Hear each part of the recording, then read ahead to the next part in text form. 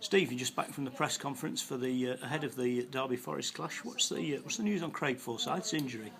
Yeah, Craig's, as we expected and we feared the other night, he's got a very serious knee injury.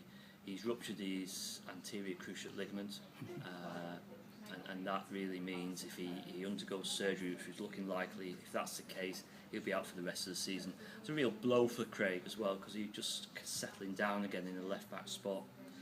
He's not a player who's in the treatment room very often. In fact, I can't even remember the last time he was. So that's a blow for him, and it's a blow for Derby.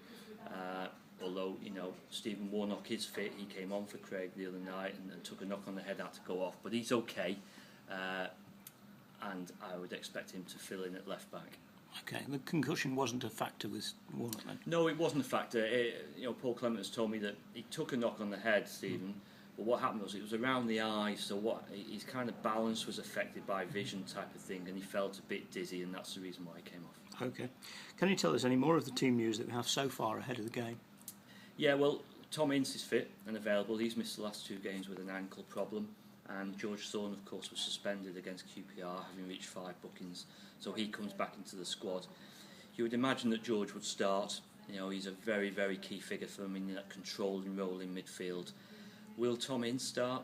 4.75 million summer signing.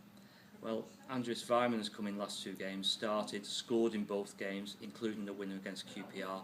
So that's a big decision for Paul Clement to make, and this just shows you the kind of competition within the squad at the moment. Yeah. Obviously, the game's being played the day before the rest of the programme. The Rams could go top of the championship if they win. Does that bring extra pressure?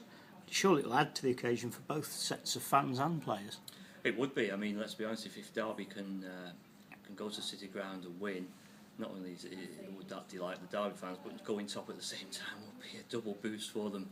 I don't think it adds pressure to Derby. I think they're handling everything at the moment very, very well. Since that defeat against Leeds at the end of August, which was a real blow, and they hadn't won at the time in 5 matches, they've really kind of picked it up. They've stepped up the pace, and they've, I say, unbeaten in 10 is a fantastic recovery from that situation. So I think they're confident. I think they're happy with being seen as one of the favourites to win promotion this season. So going top, I don't think will bother them one bit. And also, I think it will be a real reward for the players, as I say, to go on that type of run, having lost at home to Leeds, to kind of go 10 without defeat takes some doing in this division, and they've done it. And so it would really be the icing on the cake if they could go to Forest, get that win, and go top. Oh, we'll see what happens. Thanks, Steve.